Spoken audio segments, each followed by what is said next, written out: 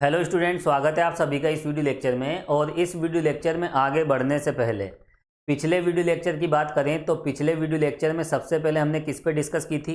Collection पर। और collection जब वेल डिफाइंड होता है तो वो समुच्चय बन जाता है। इसके बाद हमने समुच्चय को रिप्रेजेंट करने के दो तरीके देखे थे, जिसमें एक था रोस्टर फॉर्म और दूसरा था set builder form. Roster form क्या होता है? रोस्टर फॉर्म में हम समुच्चय के अवयवों को मझले कोष्ठक के भीतर कोमा के द्वारा व्यवस्थित कर देते हैं। और रोस्टर फॉर्म में एक बात और आपको स्पेशली ध्यान रखनी है, रोस्टर फॉर्म में किसी भी अवयव की पुनरावृत्ति नहीं होती। कोई भी अवयव एक से ज़्यादा बार नहीं आता। हालांकि रोस्टर फॉर्म में हम अवयवों का क्रम बदल सकते हैं, कोई सा भी अवयव किसी भी क्रम में लिखा जा सकता है, लेकिन रिपीट नहीं होगा। Repetition is not allow. ये एक इंपॉर्टेंट बात है जो आपको रोस्टर फॉर्म में ध्यान रखनी है। उसके बाद हमने सेट बिल्डर फॉर्म देखा था। सेट बिल्डर फॉर्म में क्या होता है, अवयव की जो जनरल फॉर्म होती है ना, उसकी जो जनरल फॉर्म है वो हम सबसे पहले लिखते हैं। उसके बाद सचदेट के बाद क्या लिखते हैं, उस एलिमेंट की जो भी प्रॉपर्टी है वो सचदेट के बाद लिखते हैं। इस तरह से हम किसी भी सेट को सेट बिल्डर फॉर्म में लिख सकते हैं। इसके बहुत सारे एग्जाम्पल भी मैं पिछले वीडियो लेक्चर में बता चुका हूँ। और इसके बाद हमने डिफरेंट टाइप के सेट्स देखे थे। सबसे पहले हमने बात की थी प्राकृत संख्याओं के समुच्चय की। उसके बाद हम पूर्ण संख्याओं पे आए थे। पूर्ण संख्याओं के बाद हमने बात की थी पूर्णांकों के समुच्चय की। और पूर्णांकों के समुच्चय में हमने एक धनात्मक पूर्णांकों का समुच्चय देखा, ऋणात्मक पूर्णांकों का समुच्चय भी देखा। उसके बाद हमने अशून्य पूर्णांकों की बात भी की थी और इनके समुच्चय किस तरह से व्यक्त किए जाते हैं, उनके क्या सिंबल हैं, ये भी आपको ध्यान रखना है। उसके बाद हम परिमेय संख्याओं के समुच्चय पर आए थे। परिमेय संख्याओं के बाद हमने अपरिमेय संख्याओं की बात की थी। उसके बाद हम वास्तविक संख्याओं पे आ गए थे और लास्ट में हमने समिश्र संख्याओं के समुच्चय की भी बात की थी। इसी के साथ हमने अभाज्य संख्याएं और सह अभाज्य संख्याओं की परिभाषा भी दी थी। और उसको हमने देखो, एक बात भी मैंने आपको वहाँ पर बताई थी कि 1 से लेकर 100 तक कितनी अभाज्य संख्याएं होती है, तो वो होती है टोटल 25। ये छोटी छोटी बातें हैं। ये क्वेश्चन भी देखो एक बार स्कूल लेक्चरशिप एग्जाम में पूछ लिया गया है, 1 से 100 तक की अभाज्य संख्याएं कितनी है। तो ये डायरेक्ट आपको ध्यान रखना है 25। अगर काउंट करोगे तो भी 25 ही आना है। तो कुछ स्टैंडर्ड रिजल्ट है जो डायरेक्ट ध्यान रख लीजिए।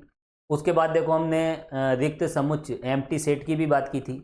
रिक्त समुच्चय क्या होता है, उसके बाद हमने समुच्चय की कोटि ऑर्डर क्या होता है उसकी डेफिनेशन भी देखी। और लास्ट में हमने देखा था परिमित और अपरिमित समुच्चय, फाइनाइट और इनफाइनाइट सेट। तो देखो पिछले वीडियो लेक्चर में इन सब बातों पर हम डिटेल में डिस्कस कर चुके हैं। और जब भी हम कोई आगे नया कंसेप्ट देखते हैं तो पुरानी बातों पर डिस्कस करना बहुत ज़रूरी होता है, क्योंकि वो भी हमें ध्यान रखना है। पुराने कंसेप्ट ही हम आगे यूज करेंगे। तो यहाँ मैथमेटिक्स को एक सिक्वेंसली पढ़ना होता है। तो यहाँ पर हम देखो जब भी कोई आगे बढ़ेंगे तो पुरानी बातों पर इस तरह से हम डिस्कस किया करेंगे। और हर एक बेसिक कंसेप्ट मैं आपको बताऊंगा।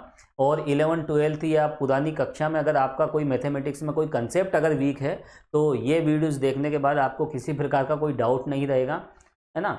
और यहाँ हम कोशिश करेंगे कि हम एक एक कंसेप्ट को बहुत बारीकी से और बहुत डीपली हम स्टडी करें, क्योंकि कॉम्पिटिटिव एग्जाम में ये बहुत इंपॉर्टेंट होता है। टाइम मैनेजमेंट सबसे इम्पोर्टेंट है। हमें टाइम को बचाते हुए यहाँ पर देखो स्टडी करना है। कम समय में ज़्यादा से ज़्यादा प्रश्न कैसे किए जाएं, यही सफलता का सूत्र होता है कॉम्पिटिटिव एग्जाम में।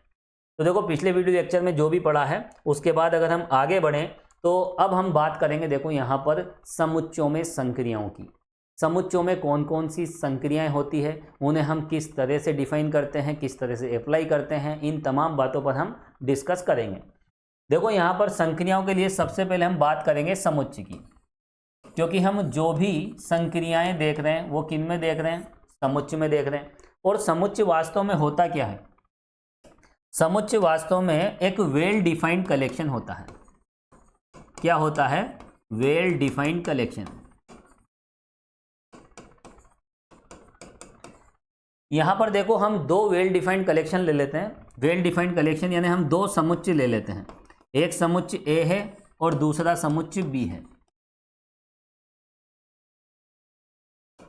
ठीक है, हमने दो कलेक्शन ले लिए, दो वेल डिफाइंड। और यहां हम जब भी समुच्चय की बात करेंगे तो वहां पर वेल डिफाइंड कलेक्शन ही होता है, ये कॉमन सी बात है। तो देखो दो वेल डिफाइंड कलेक्शन हमने ले लिए। और कलेक्शन में क्या होती है? देखो कलेक्शन में होती है वस्तुएं, बहुत सारी वस्तुएं, कोई सी भी वस्तुएं इनमें हो सकती है। अब जैसे यहाँ पर हम दो कलेक्शन देख रहे हैं, है ना। कलेक्शन का मतलब एक वस्तुओं का ढेर, स्ट्रक्चर। तो वस्तुओं के दो स्ट्रक्चर हमने ले लिए, दो कलेक्शन हमने ले लिए, एक ए और एक बी। अब देखो इनको हम क्या कर सकते हैं, दोनों कलेक्शन को आपस में हम मिला सकते हैं, है ना। वस्तुओं का एक ढेर ये रहा और दूसरा ढेर ये रहा, दोनों को हम आपस में मिला सकते हैं, नॉर्मल सी बात है। जब हम इन दोनों को आपस में मिलाते हैं तो वो प्रोसेस कहलाती है यूनियन ऑपरेशन। हम किसके तहत, यूनियन ऑपरेशन के तहत उन्हें आपस में मिलाते हैं। तो दो समुच्चयों को आपस में मिलाना, उनका यूनियन बनाना, तो वो कौन सी ऑपरेशन हो जाती है, यूनियन ऑपरेशन। देखो दोनों, अगर हम कलेक्शन की बात करें, दोनों कलेक्शन में कॉमन पार्ट भी हो सकता है, कॉमन ऑब्जेक्ट, एक उभयनिष्ठ वस्तु भी हमें मिल सकती है। सपोज कीजिए हम बॉल्स की बात कर रहे हैं, बॉल्स का एक कलेक्शन ये रहा और एक कलेक्शन ये रहा, तो दोनों में रेड बॉल हो सकती है, दोनों में ग्रीन बॉल हो सकती है, वाइट बॉल भी हो सकती है। तो कॉमन एलिमेंट भी इनमें आपस में मिल सकता है। और जब कोई कॉमन एलिमेंट हम देखते हैं तो वह ऑपरेशन होती है इंटरसेक्शन ऑपरेशन, जिसको हम इस सिंबल से व्यक्त करते हैं। तो देखो दोनों कलेक्शन में कुछ कॉमन पार्ट भी मिल सकता है। अब जो कॉमन पार्ट मिलता है, दोनों कलेक्शन में जो कॉमन पार्ट मिलता है, उस कॉमन पार्ट को जैसे ही हम किसी समुच्चय में से रिमूव कर देते हैं, हटा देते हैं, तो वो होती है देखो डिफरेंस ऑपरेशन। अगर समुच्चय ए में से इन दोनों का कॉमन पार्ट हटा दिया जाए, है ना, समुच्चय ए में से हम क्या हटा रहे हैं, दोनों का कॉमन पार्ट, तो वो क्या कहलाता है, ए माइनस बी। उसे हम किस तरह से लिखेंगे, ए माइनस बी से। तो ए माइनस बी का मतलब क्या है, समुच्चय ए में से हम कुछ हटा रहे हैं, रिमूव कर रहे हैं, तो ए माइनस करेंगे। और समुच्चय बी में से अगर कुछ रिमूव किया जाएगा तो बी माइनस करेंगे। और यहाँ बी माइनस है, दोनों की डेफिनेशन आप समझें। इन दोनों का कॉमन पार्ट अगर ए में से रिमूव कर दिया जाए, समुच्चय ए में से रिमूव कर दिया जाए, तो वो ए माइनस बी है। और दोनों का कॉमन पार्ट यदि बी में से हटा दिया जाए, रिमूव कर दिया जाए, तो फिर वो बी माइनस ए है। तो यहाँ पर देखो इस तरह से हम तीन तरह की ऑपरेशन देखेंगे। इसे कहते हैं यूनियन ऑपरेशन, इंटरसेक्शन ऑपरेशन और डिफरेंस ऑपरेशन। संघ संक्रिया, सर्वनिष्ठ संक्रिया और अंतर संक्रिया। तो चलिए यहाँ पर हम इसको डिटेल में समझते हैं। लिखें आप इनकी डेफिनेशन। सबसे पहले देखो हम बात करेंगे यहाँ पर यूनियन ऑपरेशन।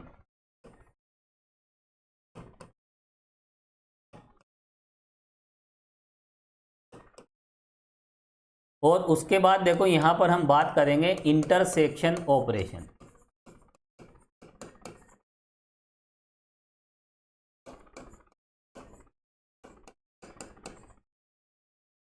और उसके बाद हम बात करेंगे डिफरेंस ऑपरेशन।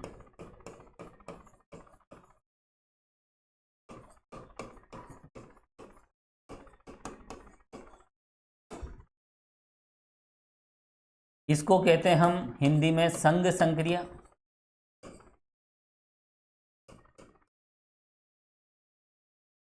और ये होती है उभयनिष्ठ संक्रिया या फिर सर्वनिष्ठ, क्या कहेंगे इसे, सर्वनिष्ठ।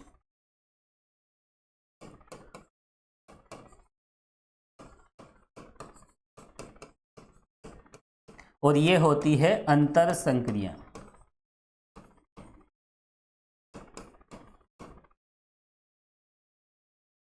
अब देखो इसे हम किस तरह से डिफाइन करें। देखो दो समुच्चय हम ले लेते हैं, एक समुच्चय ए है और दूसरा समुच्चय बी है। हम ए यूनियन बी को परिभाषित करेंगे और उसके बाद हम intersection operation A intersection B की बात करेंगे और फिर बात करेंगे ए माइनस बी की।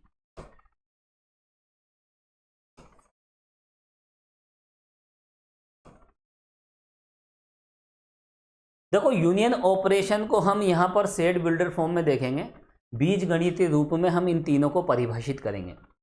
देखो ए यूनियन बी का क्या मतलब है। देखो मान लेते हैं ए यूनियन बी में एक्स प्रकार के अवयव हैं।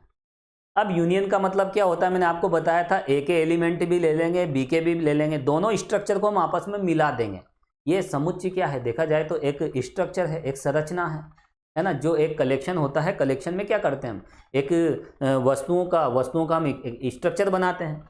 तो हम दोनों को आपस में मिला देते हैं और एक यूनियन बना लेते हैं। और उसी के लिए देखो यहाँ पर हम यूनियन ऑपरेशन ये वाला सिंबल लेते हैं। तो यूनियन का मतलब क्या है, देखो ये जो एलिमेंट है वो या तो ए में होना चाहिए, या तो एक्स ए में होना चाहिए, या फिर किस में होना चाहिए, बी में होना चाहिए। मैंने आपको स्टार्टिंग में ही बताया था कि यूनियन का मतलब है हम दोनों कलेक्शन को आपस में मिला देंगे, दोनों समुच्चय के अवयवों को मिला देंगे। तो इस ए यूनियन बी में जो भी अवयव आएगा वो या तो ए से आएगा या समुच्चय बी से आएगा, है ना। तो ये कॉमन सी बात है, कॉमन सी सिंपल सी बात है। तो ये एक सिंपल सा कंसेप्ट है। अब देखो इसके बाद हम बात करते हैं इंटरसेक्शन की। तो इंटरसेक्शन में क्या होगा, माना कि इसमें एक्स प्रकार के एलिमेंट हैं, क्या हैं, एक्स प्रकार के एलिमेंट, और एक्स ए में भी होना चाहिए और एक्स बी में भी होना चाहिए। देखो यहाँ पर इन दो शब्दों का बहुत इंपॉर्टेंसी है। यहाँ पे तो हम या की बात कर रहे हैं, है ना, इंग्लिश में हम क्या कहते हैं इसे, और ये क्या होता है, एंड। तो ऐसे एलिमेंट जो ए में भी हैं और बी में भी हैं, ए में भी हैं और बी में भी, दैट इज कॉमन पार्ट। और ऐसे एलिमेंट जो या तो ए में है या बी में है, तो कुल मिला के हमें सभी लेने हैं, ए के भी सारे लेने हैं और बी के भी सारे लेने हैं, तो वो हो जाएगा यूनियन। और इसमें क्या होता है, कॉमन पार्ट। हालांकि ये कोई नई बातें नहीं है, बहुत बेसिक सी बातें हैं। अब देखो ए माइनस बी, ए माइनस बी मैंने आपको क्या बताया था, ए में से हम क्या करेंगे, ए और बी का कॉमन पार्ट हटा देंगे। स्टार्टिंग में मैंने आपको यही बताया था, समुच्चय ए में से अगर ए और बी का कॉमन पार्ट हटा देते हैं तो हमें क्या मिलता है, ए माइनस बी मिलता है। अब यहाँ पर आप सोचें, देखो मैं वेन डायग्राम बना देता हूँ, ये समुच्चय ए है और ये समुच्चय बी है। देखो इन दोनों का जो कॉमन पार्ट है वो कॉमन पार्ट आपको कहाँ दिखेगा, देखो ये रहा कॉमन पार्ट, ये कॉमन पार्ट है। और समुच्चय ए में से अगर दोनों का कॉमन पार्ट हटा दिया जाए तो हमें ये वाला पोर्शन मिलेगा, इधर वाला, और यही तो होता है ए माइनस बी। अब ये वाला जो पोर्शन है वाइट कलर वाला या ग्रीन कलर का हम ले लेते हैं, ये बचा हुआ पोर्शन है, ये बचा हुआ पोर्शन क्या है, देखो ए माइनस बी। हम ए में से क्या कर रहे हैं, दोनों का कॉमन पार्ट हटा रहे हैं, तो हमें ए माइनस बी मिलेगा। अब ये वाला जो पोर्शन है वो ए माइनस बी है। अब आप इसको ध्यान से अगर देखो तो हमने यहाँ पर क्या किया, हमने ए के वो अवयव हटा दिए, हमने इस ए में से वो वाला रेड पार्ट हटा दिया, ये जो रेड कलर का पार्ट है वो हटा दिया हमने, और इधर वाला ले लिया। तो ए माइनस बी में हमने ए का वो वाला पार्ट हटा दिया जो बी में था। ए के ऐसे अवयव हटा दीजिए जो बी में है।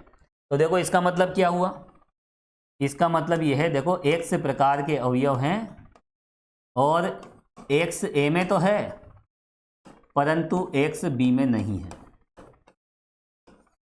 इस ग्रीन वाले पोर्शन को देखो, ये जो ग्रीन वाला पोर्शन है यह समुच्चय ए में तो आ रहा है लेकिन समुच्चय बी में नहीं आ रहा है।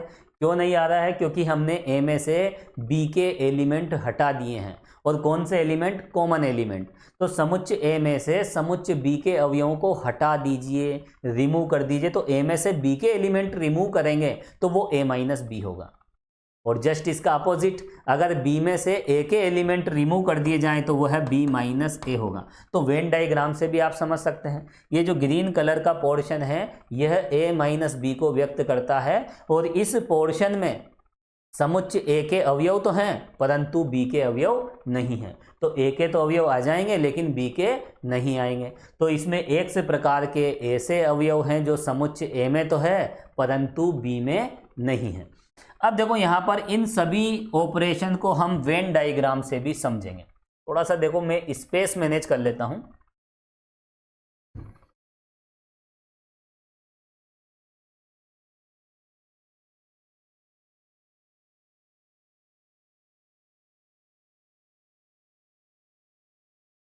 चलिए अब देखो यहाँ पर हम वेन डायग्राम की बात करें,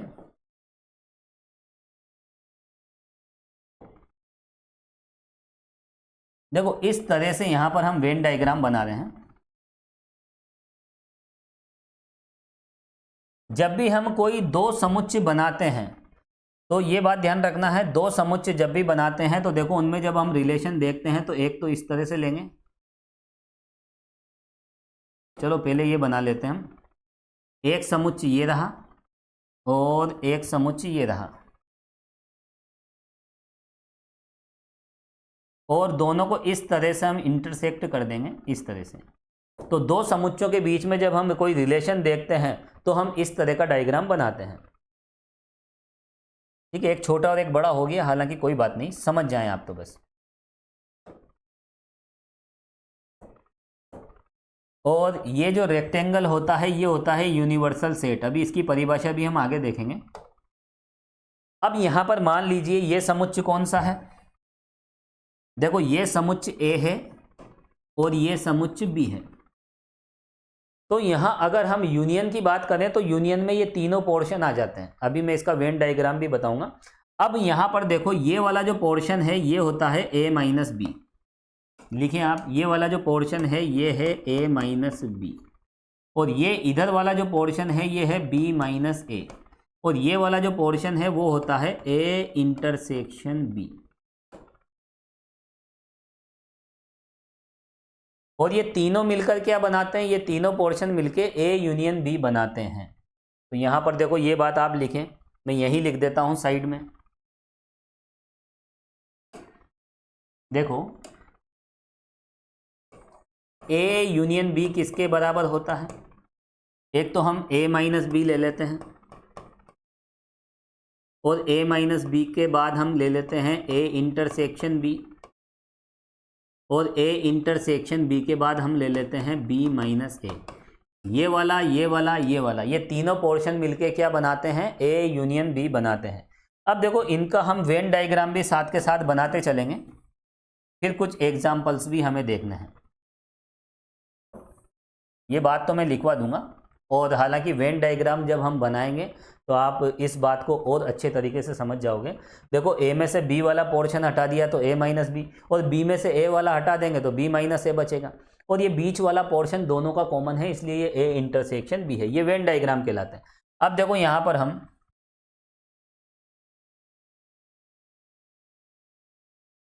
दो समुच्चय हम ले लेते हैं, ये ए है, और देखो इसी को हम कॉपी कर लें, ज़्यादा ठीक रहेगा।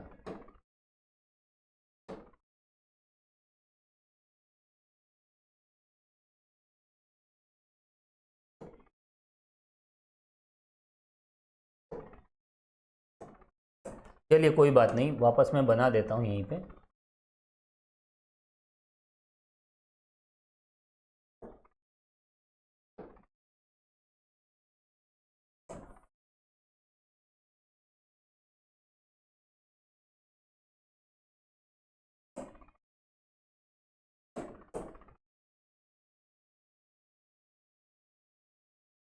एक अच्छा डायग्राम बनाने के लिए देखो कितनी मेहनत करनी पड़ती है। ये लो,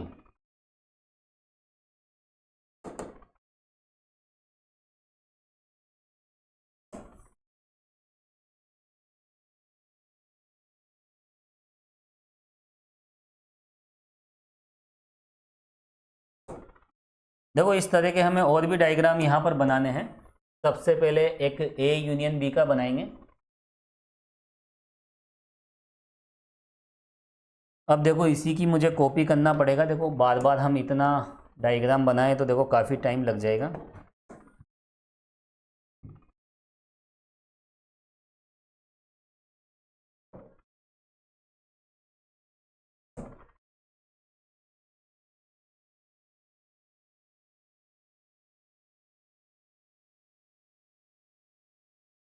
चलो यहाँ थोड़ी सी प्रॉब्लम आ रही है, कोई बात नहीं, इसको बना लेंगे हम, इतना ज़्यादा टाइम नहीं लगेगा।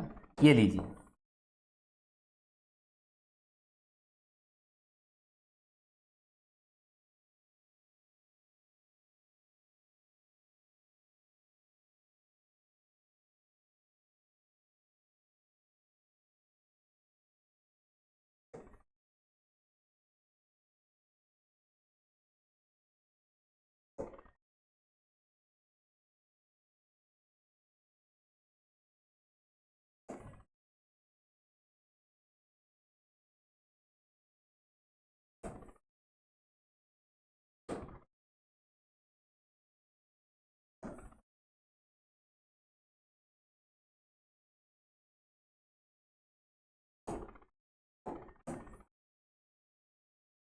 तो देखो इस तरह से हमने तीन तरह के वेन डायग्राम यहाँ पर बनाए हैं। ये है यहाँ पर समुच्चय ए और ये है समुच्चय बी।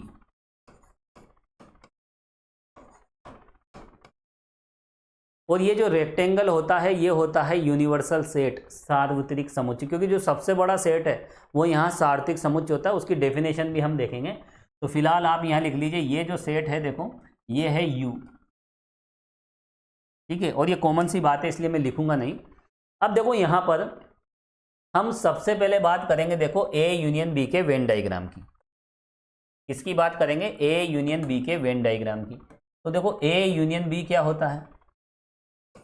अगर हम A यूनियन B की बात करें तो ये A यूनियन B का वेन डायग्राम होगा और इसमें देखो ये पूरा का पूरा पोर्शन कवर होगा।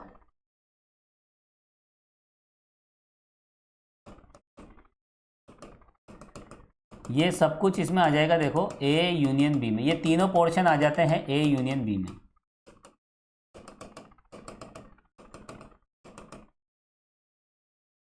तो ये तीनों पार्ट यहाँ पर A यूनियन B में आ जाते हैं। और इसके बाद अगर हम बात करें A इंटरसेक्शन B की,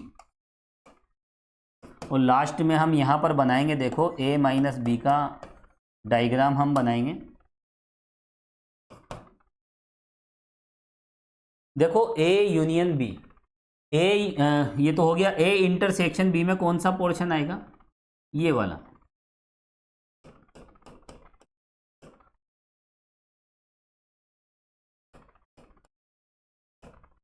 ये लीजिए, ये बीच वाला जो पोर्शन है वो है A इंटरसेक्शन B। उसके बाद देखो हम A माइनस B की बात करेंगे। तो A माइनस B का मतलब क्या है? A में से B वाले एलिमेंट हटा दीजिए, A में से B वाला पोर्शन हटा दीजिए। तो ये समुच्चय A है और B वाला ये वाला पोर्शन हम हटा देंगे तो ये वाला बच जाएगा, ये इधर वाला ये पोर्शन बचेगा।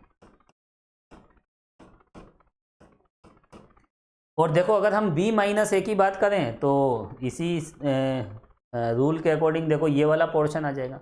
ये इधर वाला कौन सा है? B minus A। हालांकि ये बात मैं यहाँ पे आपको बता चुका हूँ इसमें भी। तो देखो ये संक्रियाएं हैं। तो A यूनियन B में वो एलिमेंट आ जाते हैं जो A या B किसी में एक में भी हो, और A इंटरसेक्शन में दोनों के एलिमेंट आएंगे, दोनों का कॉमन पार्ट आएगा। और A में से B के अवयव अगर हम हटा दें तो यहाँ पर हमें ये रिजल्ट मिल जाता है। अब देखो यहाँ पर कुछ इंपॉर्टेंट रिजल्ट्स हम देखेंगे।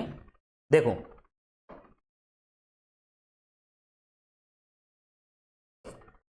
और इंपॉर्टेंट रिजल्ट से पहले एक एग्जांपल मैं आपको बता देता हूं, क्योंकि हर एक बात मुझे यहां पर बतानी है। देखो एक समुच्चय हम ले लेते हैं 1 2 3 4, और एक B ले लेते हैं 3 4 5 6। अब ऐसी कंडीशन में क्या होगा?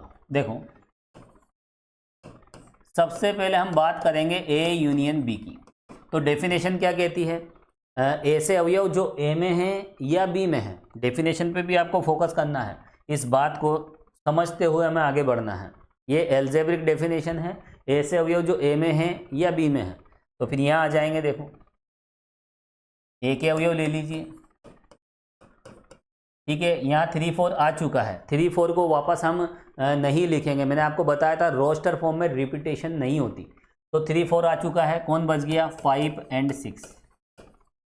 और उसके बाद देखो अगर हम A इंटरसेक्शन B की बात करें तो A इंटरसेक्शन B में देखो दोनों का कॉमन पार्ट ये रहा, ठीक है, 3 और 4। तो क्या हो जाएगा? 3 और 4। और इसके बाद देखो हम बात करें किसकी? A माइनस B की। A माइनस B का मतलब A में से दोनों का कॉमन पार्ट हटा दीजिए, A में से दोनों का कॉमन पार्ट। तो देखो कॉमन पार्ट क्या है? 3 4, वो A में से हटा दीजिए। तो क्या बच जाएगा यहाँ पर? 1 और 2। और ऐसे भी समझ सकते हैं, समुच्चय A में से B के एलिमेंट हटा दीजिए। तो समुच्चय A में ये दो एलिमेंट B के हैं, ये हटा दीजिए। तो हमें क्या मिल जाएगा? A minus B। और देखो अगर हम B माइनस A की बात करें तो B माइनस A का मतलब क्या है? यहाँ पर हम B में से रिमूव कर रहे हैं, और A माइनस B का मतलब हमें A में से रिमूव करना है। ये दोनों में डिफरेंस ध्यान रखना। तो B में से हम A को रिमूव कर रहे हैं, तो B में A वाला पोर्शन कौन सा है? देखो ये तो A में नहीं है, ये दोनों A में आ रहे हैं। तो बी में से अगर ए वाला पोर्शन हम रिमूव कर देते हैं तो हमें क्या मिल जाएगा, 5 और 6। तो 5 और 6 का मतलब क्या है, यहाँ पर b माइनस ए का मतलब क्या है, समुच्चय b में से a के अवयव हटा दीजिए और इधर समुच्चय a में से b के अवयव हटा दीजिए, इसमें कॉमन ले लीजिए और इसमें यूनियन में सब कुछ ले लीजिए। अब देखो कुछ इंपॉर्टेंट बातें, कुछ इंपॉर्टेंट रिजल्ट्स। देखो सबसे इंपॉर्टेंट जो सबसे पहले अगर हम बात करें तो यहाँ बात करेंगे हम A यूनियन B की। आपने वेन डायग्राम देखा, A यूनियन B में ये तीनों पोर्शन आ जाते हैं। इसका मतलब क्या है, एक तो हम A माइनस B को ले लें और एक बीच वाला पोर्शन ले लें और एक ले लें हम लास्ट वाला पोर्शन B माइनस ए। ये तीनों पोर्शन कहाँ हैं, देखो यहाँ आप देखो, A माइनस बी वाला, फिर A इंटरसेक्शन B और फिर B माइनस ए, ये तीनों मिलके क्या बनाते हैं, यूनियन बनाते हैं। तो ये तीनों किसके बराबर होंगे, इन तीनों को प्लस करें, तीनों को मिला दें। अब मिलाने का मतलब तो क्या है, देखो यूनियन लेना। ये देखो यहाँ पर हमें ये लिखना पड़ेगा, ये जो भी सिंबल है ये यूनियन ऑपरेशन का सिंबल है ना। यहाँ पर देखो मैं अलग कलर ले लेता हूँ, ये लीजिए, ये यूनियन है। तो इन तीनों समुच्चयों का यूनियन किसके बराबर होगा, A यूनियन B के बराबर। देखो ये स्टैंडर्ड रिजल्ट है, आपको ध्यान रखना है और इसे याद रखना बहुत आसान है, कहीं कोई समस्या नहीं है, ठीक है। ये पहला रिजल्ट। अब देखो हम आते हैं दूसरे रिजल्ट पे। ये सब बेसिक सी बातें हैं, कॉमन सी बातें हैं। देखो अगर हम A माइनस बी की बात करें तो A माइनस बी क्या होता है, A माइनस बी का मतलब होता है हम A में से क्या रिमूव कर दें। आपको यहाँ वेन डायग्राम को देखना है। A माइनस बी का मतलब होता है हम A में से दोनों का कॉमन पार्ट, A और B का कॉमन पार्ट, ये बीच वाला हटा दें। तो यहाँ पर देखो A माइनस बी को हम इस तरह से भी लिख सकते हैं। ये बहुत बेसिक सी बातें हैं, देखो बहुत सिंपल सी बातें हैं। चलो अगला रिजल्ट देखो, A का अगर हम कॉमन देखें किसके साथ, यूनियन लें पहले, A और A का यूनियन क्या होगा, A के बराबर होगा। और देखो A और A का इंटरसेक्शन, A और A दोनों में क्या कॉमन है, तो वापस हमें क्या मिल जाएगा, A कॉमन मिल जाएगा। बहुत छोटे छोटे रिजल्ट्स हैं जो आपको डायरेक्ट ध्यान रखने हैं। देखो उसके बाद चौथा रिजल्ट, अगर A का फाई के साथ यूनियन ले लिया जाए, समुच्चय A में अगर रिक्त समुच्चय मिला दिया जाए तो हमें क्या मिलेगा, ये तो कॉमन सी बात है, ये मिलेगा हमें A। और देखो अगर समुच्चय A का अगर फाई के साथ इंटरसेक्शन लिया जाए, समुच्चय A मान लीजिए ये रहा 1 2 3 और समुच्चय B क्या है, फाई है, ये रहा, है ना। ये तो आपको पता होना चाहिए, ये फाई है। अब देखो दोनों में क्या कॉमन है, अगर हम इंटरसेक्शन की बात करें तो दोनों में कोई कॉमन नहीं है। अरे इसमें कोई एलिमेंट नहीं तो कॉमन कहाँ से मिलेगा। तो ये जो है इसका रिजल्ट क्या होगा, देखो ये आ जाएगा वापस एम्प्टी सेट। तो देखो ये बहुत छोटी छोटी सी बातें हैं जो हमें ध्यान रखना है। अब देखो यहाँ पर समुच्चय में हमने संक्रियाओं की बात की, इसका एक एग्जाम्पल भी हमने देखा। इसके बाद हम बात करेंगे सार्वत्रिक समुच्चय की, यूनिवर्सल सेट। तो हेडिंग डालें आप, अगला जो हमारा टॉपिक है वो है यूनिवर्सल सेट। और हिंदी में इसे कहते हैं सार्वत्रिक समुच्चय, सार्वत्रिक समुच्चय।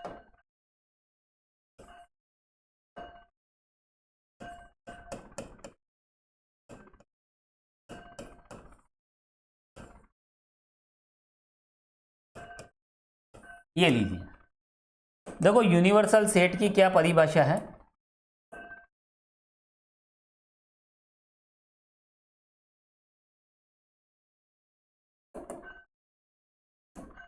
देखो यूनिवर्सल सेट एक सबसे बड़ा समुच्चय होता है और जो भी सेट हम देखते हैं उसके अलावा वो सब उस यूनिवर्सल सेट के उप समुच्चय होते हैं, सबसेट होते हैं। कहने का मतलब ये है कि ये अगर यूनिवर्सल सेट है तो जितने भी सेट हैं वो सब इसके अंदर ही आएंगे, इसी के सबसेट होंगे। दैट इज यूनिवर्सल सेट सबसे बड़ा है। जैसे हम बहुत सारे स्टेट हम देखते हैं, जैसे हम व्यक्तियों की बात करते हैं, व्यक्तियों का समुच्चय, तो जैसे राजस्थान के व्यक्तियों का समुच्चय, मध्य प्रदेश के व्यक्तियों का समुच्चय, भारत के जितने भी राज्य हैं उनके व्यक्तियों के समुच्चय की अगर हम बात करें और उन सब का अगर हम यूनिवर्सल सेट देखें तो वो है हमारा इंडिया। तो देखो जितने भी राज्य हैं, जितने भी स्टेट हैं, वो उनके लिए इंडिया क्या बन जाएगा, यूनिवर्सल सेट बन जाएगा। और इस दुनिया की जितनी भी कंट्री है, जितने भी देश हैं, उनके लिए यूनिवर्सल कौन होगा, पूरा का पूरा वर्ल्ड, पूरा का पूरा ये जो संसार है, यह सभी देशों के लिए क्या बनेगा, यूनिवर्सल सेट बनेगा। तो देखो यूनिवर्सल सेट तो सबसे बड़ा सेट होता है। और अगर हमें 3 समुच्चय दे रखे हैं, सपोज कीजिए हमें कितने समुच्चय दे रखे हैं, 3 समुच्चय, तो उन 3 समुच्चयों के लिए जो यूनिवर्सल सेट है वह ऐसा सेट होगा जो इन तीनों को कंटेन करेगा। तीनों क्या हो जाने चाहिए, उसके उप समुच्चय हो जाने चाहिए।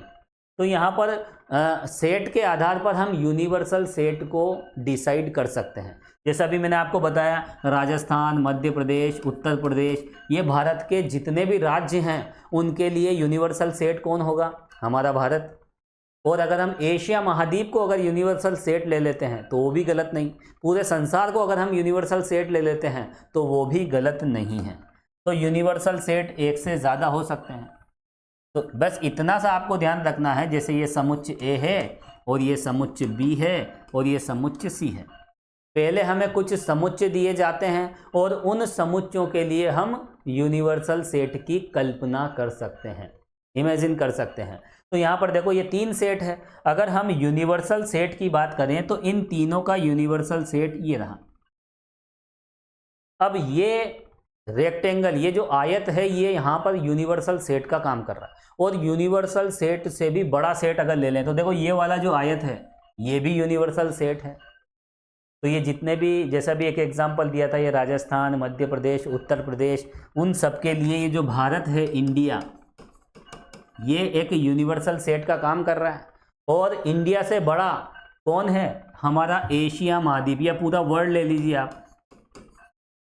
ये पूरा जो संसार है, ये पूरा संसार इन भारत के राज्यों के लिए एक यूनिवर्सल सेट, सार्वत्रिक समुच्चय के रूप में लिया जा सकता है। और भी एग्जाम्पल हम देख सकते हैं, जैसे त्रिभुज के बारे में तो आप जानते ही हो, है ना। एक तो ले लिया हमने समबाहु त्रिभुजों का क्षेत्रफल, है ना, सॉरी क्षेत्रफल नहीं, त्रिभुज की बात कर रहे हैं, समबाहु त्रिभुज। और एक ले ली हमने विषम बाहु, है ना, जिसकी सभी भुजाएं अलग अलग हो। और एक ले लिया हमने समद्विबाहु, है ना, समद्विबाहु, है ना। ये इक्विलेटरल ट्राइंगल, ये आइसोसेलेस ट्राइंगल, है ना। और ये बिल्कुल कहते हैं ना, बिल्कुल अपोजिट, जिसकी सभी साइड्स अलग अलग हो, उसे हम विषम बाहु कहते हैं। तो इस तरह से 3 तरह के समुच्चयों की हम बात कर रहे हैं। तो यहाँ पर मान लीजिए समुच्चय ए है, ये समुच्चय बी है और ये समुच्चय सी है। तो ए बी सी क्या है, क्लियर है। समुच्चय ए में सभी समबाहु त्रिभुज आ गए, समुच्चय बी में विषम बाहु आ गए और समुच्चय सी में समद्विबाहु त्रिभुज आ गए। अब इनके लिए अगर हम यूनिवर्सल सेट की बात करें, सार्वत्रिक समुच्चय की बात करें, तो इन सब का यूनिवर्सल सेट क्या होगा, क्या होगा, सभी त्रिभुजों का समुच्चय, सभी त्रिभुजों का समुच्चय यूनिवर्सल लिया जा सकता है। सेट ऑफ ऑल ट्राइंगल्स, तो जितने भी ट्राइंगल्स हैं उनका सेट यूनिवर्सल सेट की तरह यहाँ इन तीनों के लिए काम करेगा। तो यूनिवर्सल सेट की हम कल्पना करते हैं दिए गए समुच्चयों के आधार पर। उन दिए गए सभी समुच्चयों को जो अंतर्विष्ट करे, कंटेन करे, वही होता है यूनिवर्सल सेट। और दिए गए समुच्चयों के लिए यूनिवर्सल सेट एक से ज़्यादा भी हो सकते हैं। चलिए यही बात हम यहाँ पर लिखेंगे, लिखिए आप, वह समुच्चय जो दिए गए समुच्चयों को दिए गए समुच्चयों को अंतर्विष्ट करता है ना, कंटेन करता है।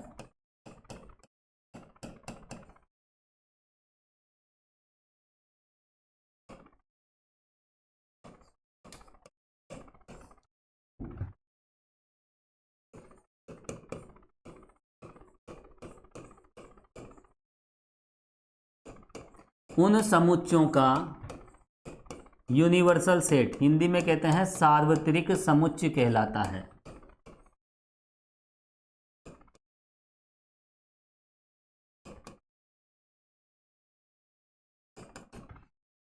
तो सिंपल सी बात है, जो दिए गए सेट्स को कंटेन करे, जो भी सेट हमें दे रखे हैं उन सभी को कंटेन करने वाला समुच्चय क्या होता है? सार्वत्रिक समुच्चय। और देखो यहाँ सार्वत्रिक समुच्चय क्या होता है, ये रहा। ये रेक्टेंगल क्या होता है? यूनिवर्सल सेट, जिसे हम किससे दर्शाते हैं? यू से।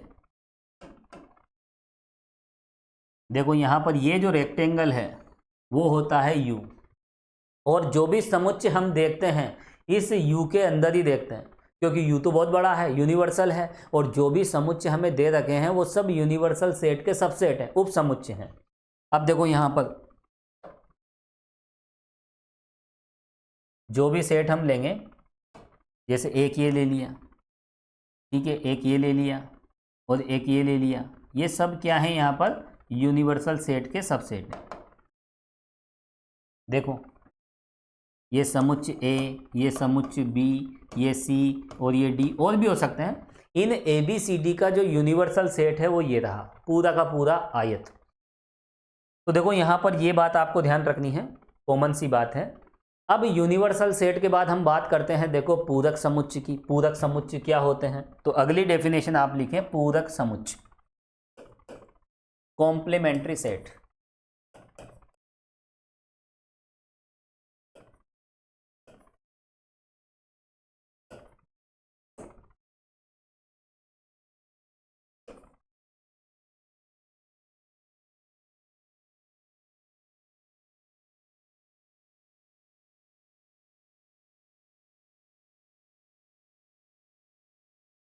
देखो कॉम्प्लीमेंट्री सेट क्या होता है,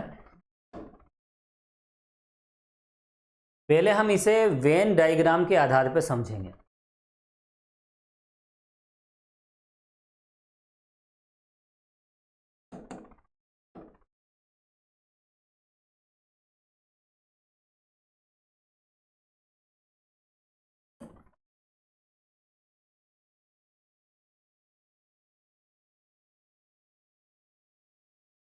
वैसे यहाँ पर तो हम एक ही सेट की बात कर रहे हैं, तो दो सेट बनाने की भी आवश्यकता नहीं है। ये लीजिए, ये क्या है? देखो ये यूनिवर्सल सेट है, और इस यूनिवर्सल सेट के भीतर हम कोई भी समुच्चय ले सकते हैं, क्योंकि यूनिवर्सल सेट तो सबसे बड़ा होता है, अभी मैं आपको बता चुका हूँ। अगर 5 समुच्चय हमें दे रखे हैं तो यूनिवर्सल सेट में उन सभी के एलिमेंट आ जाने चाहिए। एग्जाम्पल के तौर भी यहाँ पर अभी हम देखेंगे, है ना। जैसे यहाँ पर a बराबर क्या है, इसका एक एग्जाम्पल वैसे मैं यहाँ बता सकता हूँ, है ना। आप एक एग्जाम्पल भी यहाँ पर आप लिख सकते हैं। इसको तो साइड में हम कर देते हैं, ये तो हो गया वेन डायग्राम। देखो एक एग्जाम्पल हम इस तरह से समझ सकते हैं। एग्जाम्पल, जैसे समुच्चय a क्या है? 1 2 3। समुच्चय b क्या है? 3 4 5 6। और एक और सेट ले लेते हैं हम, 7 और 8। इन तीनों का जो यूनिवर्सल है वो क्या होगा? इनके लिए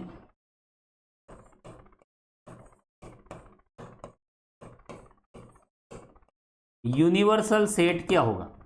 देखो यूनिवर्सल सेट का मतलब ऐसा सेट जिसमें दिए गए समुच्चयों के सभी अवयव विद्यमान हो, या फिर जो दिए गए समुच्चयों को कंटेन करे।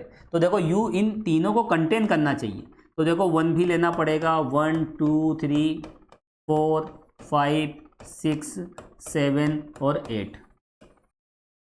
ये सबसे छोटा यूनिवर्सल सेट है जो इन तीनों को कंटेन करता है। हालांकि इसमें और एलिमेंट भी हम मिला सकते हैं, इसमें आप यहाँ पर देखो, अगर हम 9 मिला दें तो भी गलत नहीं होगा, 10 मिला दें तो भी गलत नहीं होगा। तो दिए गए समुच्चयों को कंटेन करने वाला ये वाला समुच्चय भी तीनों को कंटेन कर रहा है, क्योंकि इस समुच्चय में इन तीनों समुच्चयों के अवयव आ चुके हैं, ए के भी आ गए, बी के भी आ गए, सी के भी आ गए। तो यहाँ पर ये यूनिवर्सल सेट की तरह काम करेगा। ये बात आपको समझ में आ जाना चाहिए। और इसमें आप और एलिमेंट भी मिला सकते हो। अगर दिए गए समुच्चयों के लिए अगर ये यूनिवर्सल सेट है तो यूनिवर्सल सेट में कुछ और एलिमेंट मिला दिए जाएं तो भी वह यूनिवर्सल सेट ही होता है। तो यूनिवर्सल सेट का जो सुपर सेट है अधिसमुच्चय, वो भी क्या होता है, यूनिवर्सल ही होता है। ठीक है, तो यहाँ तो हम देखो जो मिनिमम रिक्वायरमेंट है वही लिखेंगे। ये लीजिए, इन तीनों का यूनिवर्सल सेट ये रहा, इसमें आप और कुछ एलिमेंट भी मिला सकते हो।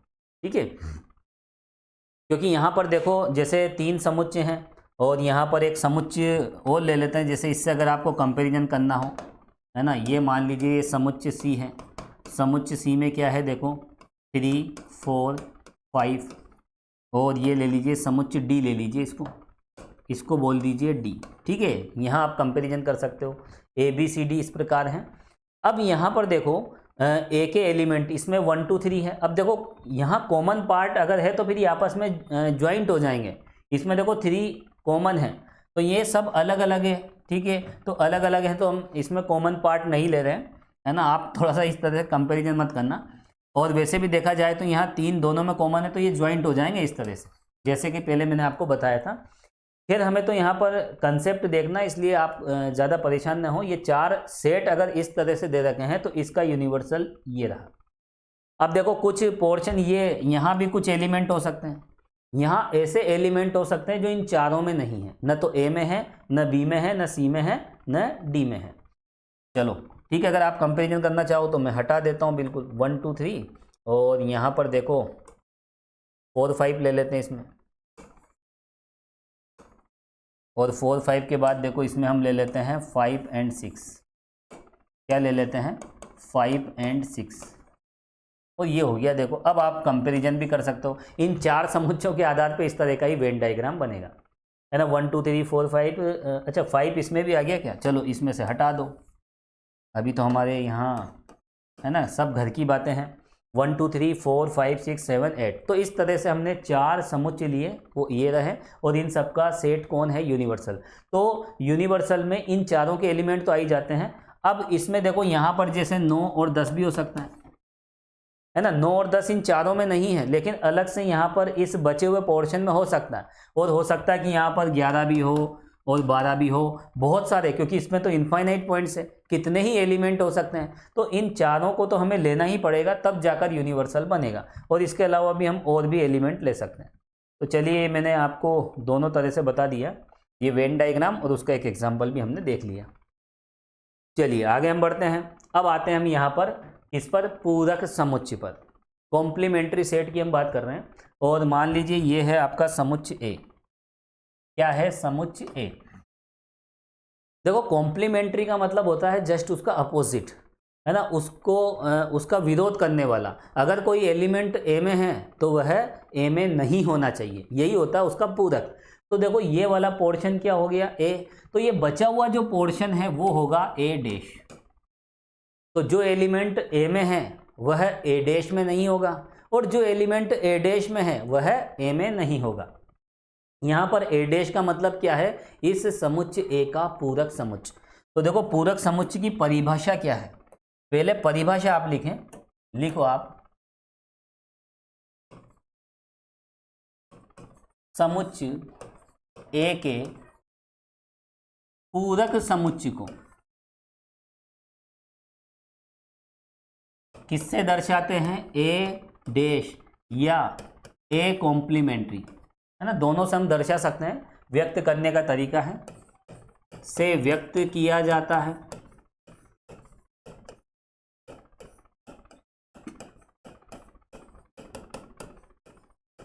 तथा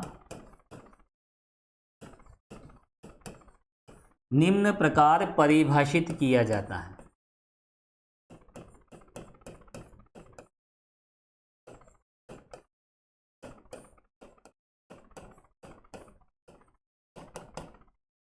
देखो यहां हम किसकी डेफिनेशन देख रहे हैं, ए कॉम्प्लीमेंट्री, समुच्च ए का पूरक समुच्च। तो आप यहां वेन डायग्राम को देख सकते हो। ए डैश के लिए हम क्या कर रहे हैं, हम ए डैश में ऐसे अवयव देखते हैं जो ए में नहीं है। तो देखो इसकी बीजगणितीय परिभाषा भी आपको पता होना चाहिए, क्योंकि कॉम्पिटिटिव एग्जाम की हम तैयारी कर रहे हैं। तो देखो माना कि इसमें एक्स प्रकार के एलिमेंट हैं, क्या है, एक्स प्रकार के एलिमेंट, और वो एलिमेंट ए में तो है, ओ सॉरी ए में नहीं होने चाहिए, वो एलिमेंट ए में नहीं होने चाहिए। तो जो एलिमेंट ए में नहीं है वो कहाँ जाएंगे, फिर वो ए कॉम्प्लीमेंट्री, उसके पूरक में चले जाएंगे। लेकिन यहाँ पर यूनिवर्सल सेट भी डिसाइड होता है। तो यूनिवर्सल सेट में से जब हम ए को हटाते हैं तब जाके हमें ए डैश मिलता है। तो ए डैश के लिए आपको यू पता होना चाहिए, और यू पता है तो फिर हम डेफिनेशन को इस तरह से नहीं देंगे, ऐसे देंगे। देखो किस तरह से, यू में से हम क्या करेंगे, ए के एलिमेंट को हटा देंगे। ये पूरा का पूरा जो आयत है वो यू है, यूनिवर्सल सेट। अगर उसमें से ये वाला पोर्शन हटा दें तो क्या बच जाएगा, ए डैश बच जाएगा। तो यही इसकी परफेक्ट डेफिनेशन है। ये लिख लीजिए, ए डैश बराबर यू माइनस ए। तो देखो यहां पर इस डेफिनेशन को आप शब्दों में समझें। किसी भी समुच्च का पूरक समुच्च ज्ञात करने के लिए उस समुच्च को यू में से सब्ट्रैक्ट कर देते हैं, घटा देते हैं, है ना। तो यू में से अगर ए के एलिमेंट्स को हटा दिया जाए तो हमें कौन सा समुच्च मिल जाता है, ए डैश मिल जाता है। अब इसकी भी कुछ प्रॉपर्टीज़ हैं, है ना। ये वेन डायग्राम तो मैंने बता दिया, इसकी कुछ प्रॉपर्टीज़ है जो हमें यहाँ पर लिखना है। देखो सबसे पहली बात, फिर दूसरा रिजल्ट भी हम देखेंगे, बहुत सारे रिजल्ट्स यहाँ पर हम देखेंगे। जैसे हम बात करें ए डैश, ए डैश का सबसे पहले हम फाई डैश की बात करेंगे, रिक्त समुच्च का पूरक समुच्च। देखो फाई डैश मैंने आपको क्या बताया, किसी भी समुच्च का पूरक निकालने के लिए उस समुच्च को यू में से माइनस कर देते हैं। तो यहाँ यू में से कौन माइनस होगा, फाई माइनस होगा, और u माइनस फाई, अगर u में से फाई को रिमूव कर दें, फाई का मतलब तो रिक्त समुच्च होता है, और किसी समुच्च में से रिक्त समुच्च को हटा दिया जाए तो उसमें कोई फर्क नहीं पड़ता, वापस हमें क्या मिल जाएगा, u मिल जाएगा। दूसरा रिजल्ट देखिए, दूसरा रिजल्ट किस प्रकार है, देखो अगर हम यूनिवर्सल सेट का ही पूरक समुच्च निकाल लें, इस आयत का ही पूरक समुच्च निकालने जा रहे हैं, तो डेफिनेशन क्या कहती है, किसी समुच्च का पूरक निकालने के लिए उसको उस यूनिवर्सल सेट में से माइनस कर देते हैं। ए डैश यू माइनस ए है, तो फिर ए की जगह आप तो यू डैश रख दीजिए, तो यू माइनस यू मिलेगा, दैट इज फाई। कितना प्यारा रिजल्ट है, रिक्त समुच्च का कॉम्प्लीमेंट्री यूनिवर्सल होता है और यूनिवर्सल का कॉम्प्लीमेंट्री फाई होता है। यहाँ भी आप देख सकते हैं, अगर u में से a को हटा दें तो a डैश वाला पोर्शन बचेगा, और u में से अगर a डैश को अगर हम हटा दें तो a वाला पोर्शन बचेगा। और यही बात देखो यहाँ पर मैंने मैथमेटिकली लिखी है। और देखिए आगे हम बढ़ते हैं, तीसरा रिजल्ट आप देखें, उसके बाद चौथा रिजल्ट भी हमें देखना है। देखो थर्ड रिजल्ट, मजे के साथ आप पढ़ते जाएं, बहुत आसान है सेट थ्योरी समुच्च सिद्धांत। देखो ये ए वाला पोर्शन है और ये बचा हुआ ए डैश वाला पोर्शन है, दोनों को हम मिला देते हैं, दोनों को मिला देते हैं तो क्या मिलेगा, ए यूनियन ए डैश, है ना। उसे हम मैथमेटिकली ऐसे लिखेंगे, ए और ए डैश को अगर हम मिला दें तो पूरा का पूरा ये जो रेक्टेंगल है, ये जो आयत है, ये कवर हो जाता है, और ये पूरा का पूरा आयत किसके बराबर है, यू के बराबर।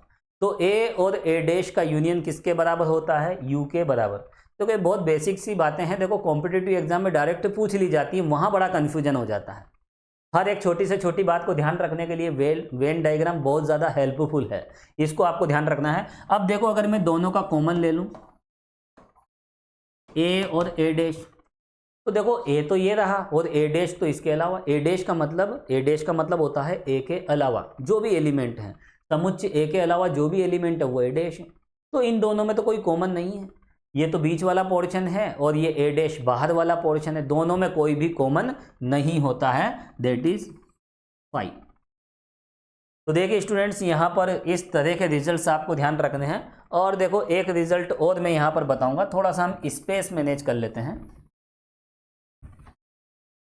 इसको इधर ले लेते हैं। देखो पांचवा रिजल्ट, बहुत प्यारा रिजल्ट। अगर हम यहाँ पर ए डैश के डैश की अगर हम बात करें, देखो ए डैश का डैश, हम किसका कॉम्प्लीमेंट्री निकाल रहे हैं? हम ए डैश का कॉम्प्लीमेंट्री है ना, डैश का मतलब कॉम्प्लीमेंट्री। हम ए डैश का पूरक निकाल रहे हैं, और किसी समुच्चय का पूरक निकालने के लिए हम उसको क्या करते हैं? यू में से रिमूव कर देते हैं। तो ए डैश का पूरक निकालने के लिए यू में से ए डैश को हटा दीजिए, डेफिनेशन के अकॉर्डिंग काम हो रहा है। तो बताओ क्या मिलेगा? अगर इस यू में से ए डैश को हटा दिया जाए, यू के पोर्शन में से ए डैश को रिमूव कर दिया जाए, तो कौन बचेगा? ए बचेगा। ये रटने वाली बात नहीं है बच्चों, ये सब समझने वाली बातें हैं। काफी बड़ा बना दिया है मैंने, लिखिए आप ए डैश का डैश। तो ये पांचवा रिजल्ट भी आपको ध्यान रखना है, नोट कर लीजिए आप इसको। तो देखो इस तरह से छोटी छोटी बातें हर एक डेफिनेशन के साथ आपको ध्यान रखनी है। और जितने भी ये इम्पोर्टेंट रिजल्ट्स है सेट थ्योरी के सारे कंसेप्ट होने के बाद मैं एक साथ आपको फिर से लिखाऊंगा। फिलहाल आप डेफिनेशन के साथ ये छोटे मोटे जो रिजल्ट है ये आप समझते जाएं। चलिए आगे हम बढ़ते हैं, और यूनिवर्सल सेट के बाद अब हम बात करेंगे, एक इम्पोर्टेंट रूल होता है, नियम होता है, वो है डी मॉर्गन लॉ। लिखें आप। अगला जो हमारा टॉपिक है वो है डी मॉर्गन्स लॉ।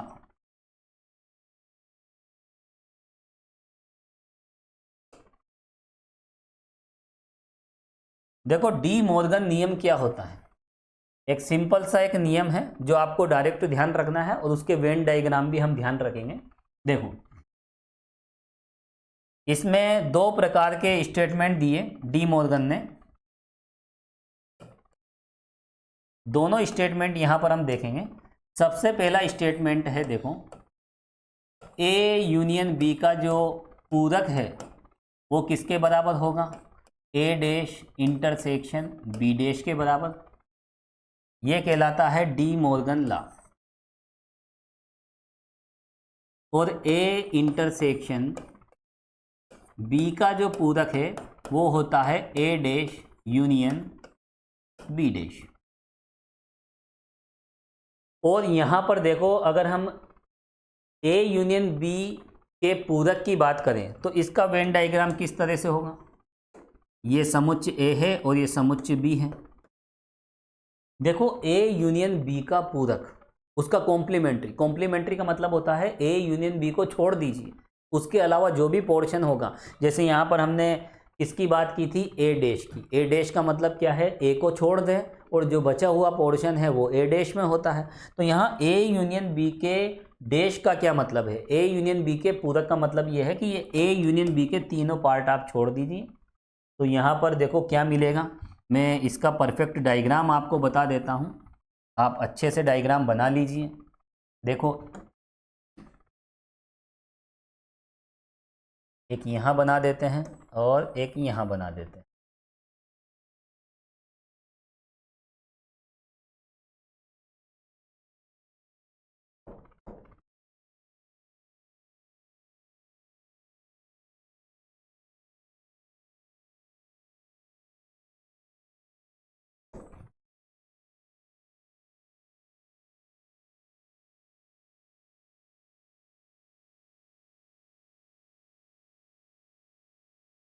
ये समुच्चय ए और ये समुच्चय बी।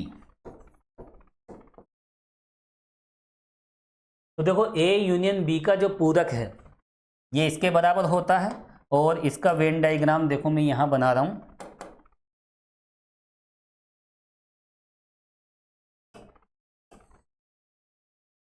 और ये है, देखो इसको यहाँ पर ले लेते हैं हम। ये दो प्रकार के नियम हैं जो डी मॉर्गन ने दिए हैं।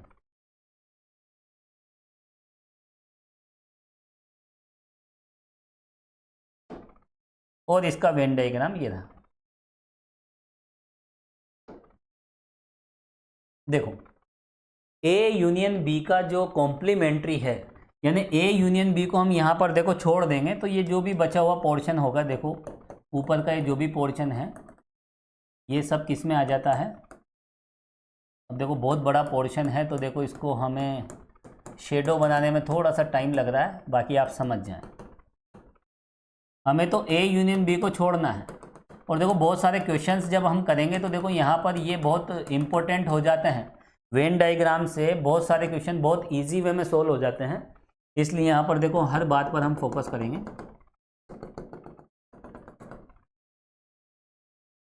ये दोनों आपस में इक्वल है और दोनों का वेन डायग्राम ये होता है। ये दोनों आपस में इक्वल है और इसका वेन डायग्राम ये होता है। अब देखो अगर इसके वेन डायग्राम की बात करें तो डी मॉर्गन लॉ से ये इसके इक्वल होता है। और इसका मतलब क्या है, ए इंटरसेक्शन का पूरक लिया जा रहा है यहाँ पर। और ए इंटरसेक्शन बी के पूरक का मतलब है ए इंटरसेक्शन बी वाले पोर्शन को छोड़ते हुए बचा हुआ पोर्शन आप ले लीजिए। तो इसमें क्या करोगे, इसमें ए इंटरसेक्शन बी वाला पोर्शन छोड़ना है और इसमें ए यूनियन बी वाला पोर्शन छोड़ना है। कॉम्प्लीमेंट्री जब लेते हैं तो वो वाला पोर्शन छोड़ देते हैं, है ना। डेफिनेशन में आपको बता चुका हूँ। ए डैश का मतलब क्या है, ए वाले पोर्शन को छोड़ते हुए बाकी आप कवर कर लीजिए, वही तो है ए डैश। तो देखो यहाँ पर ये वाला पोर्शन हमें छोड़ना है और बाकी आपको कवर करना है। तो कवर कर लेते हैं, चलो। तो पूरा का पूरा आप कवर कर लीजिए। और देखो इसमें यहाँ पर इस तरह की लाइन भी होगी, मैं देख लेता हूँ, मिल जाए तो बहुत अच्छा। ये रही। चलिए देखो ये वाला पोर्शन हमें कवर करना है, ये वाला। ये जो भी पोर्शन बचा है ये पोर्शन हमें यहाँ पर लेना है।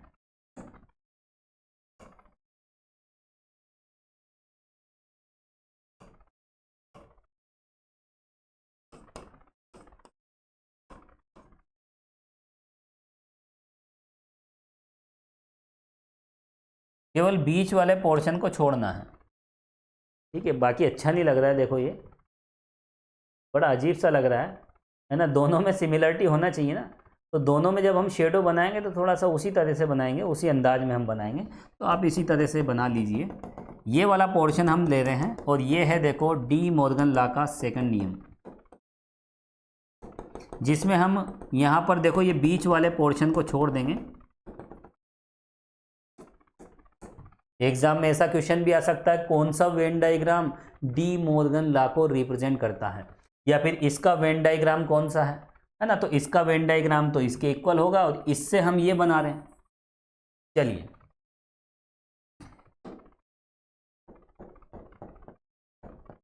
बना लीजिए, बहुत आसान।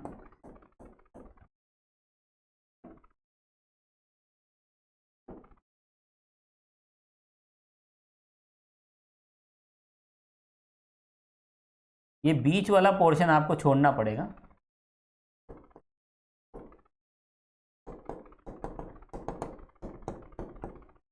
ये देखो यहाँ पर, अच्छा ये पोर्शन तो लेना ही है, ठीक है ठीक है, बनाइए आप। ये देखो ये तो बच्चों वाली बातें हो गई। देखो कलर भरना, है ना। बच्चे, छोटे बच्चे जैसे पेंटिंग में कलर भरते हैं ना किसी में भी, तो देखो यहाँ पर वो कलर मुझे करना पड़ रहा है। ये देखो इतना मज़ा आता है देखो वेन डायग्राम बनाने में, बहुत अच्छा लगता है। बचपन के दिन याद आ जाते हैं जब हम इस तरह की ड्राइंग बनाते थे छोटी क्लासेज में। ये लो, और देखो बहुत अच्छी बात है, बहुत से स्टूडेंट्स को जब छोटी क्लासेज में जब सेट थ्योरी समझ में नहीं आती थी तो वो एग्ज़ाम में इसी तरह से टाइम पास किया करते थे, है ना। बहुत से बच्चों को मैं देखता हूँ, जब कुछ नहीं आ रहा है तो चलो वेन डायग्राम बना लो, कम से कम बैठे बैठे टाइम पास तो होगा। लेकिन आपको कॉम्पिटिटिव एग्ज़ाम में टाइम पास नहीं करना, वरना कॉम्पिटिटिव एग्ज़ाम आपको पास कर देगा, है ना। इसलिए यहाँ तो देखो टाइम मैनेजमेंट बहुत इंपॉर्टेंट है। ये लीजिए, बीच वाले पोर्शन को तो छोड़ना ही है। बीच वाले पोर्शन को जब हम छोड़ेंगे तो इस तरह से जो भी बचेगा वो होगा ए इंटरसेक्शन बी का पूरक। तो इन दोनों का वेन डायग्राम इस तरह से होता है और इन दोनों का वेन डायग्राम इस तरह से होता है, और ये है देखो डी मॉर्गन लॉ। चलिए आगे हम बढ़ते हैं। अब इसके बाद देखो सबसे इम्पोर्टेंट जो टॉपिक है डेफिनेशन में वो है सबसेट। अब हम बात करेंगे किसकी, उपसमुच्चय की हम बात करेंगे।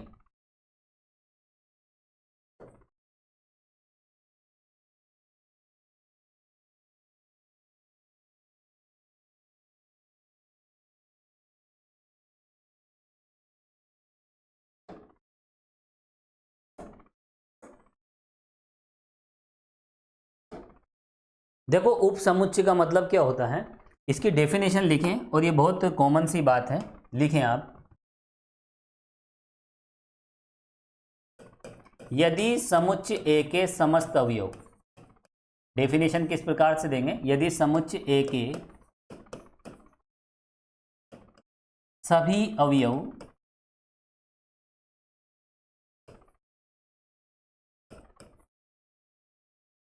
समुच्चय बी में विद्यमान है तो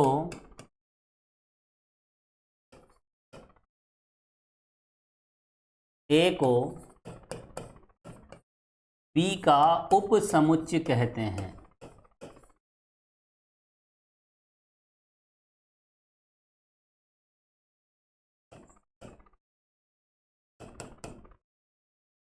तो सेट ए है, इस सेट ए के सारे एलिमेंट किस में मिल जाएं, बी में मिल जाएं, तो फिर यहाँ ए किसका सबसेट हो जाएगा, बी का सबसेट हो जाएगा, जिसे हम इस तरह से रिप्रेजेंट करते हैं। और यहाँ पर ये भी लगा सकते हैं, क्योंकि दो समान समुच्चय जब इक्वल होते हैं तो वो भी एक दूसरे के सबसेट होते हैं, है ना। तो लिखिए आप, जिसे ए सबसेट बी से व्यक्त किया जाता है।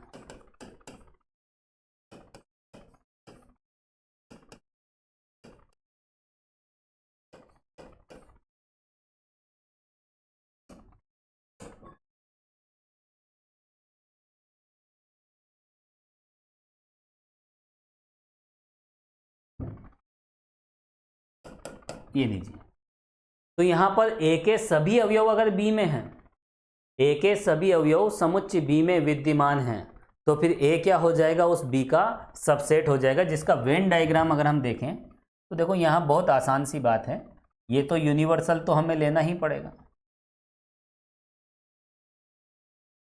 है ना। ये तो हो गया यूनिवर्सल सेट, और इसके भीतर हम क्या ले रहे हैं, देखो दो सेट ले लेते हैं।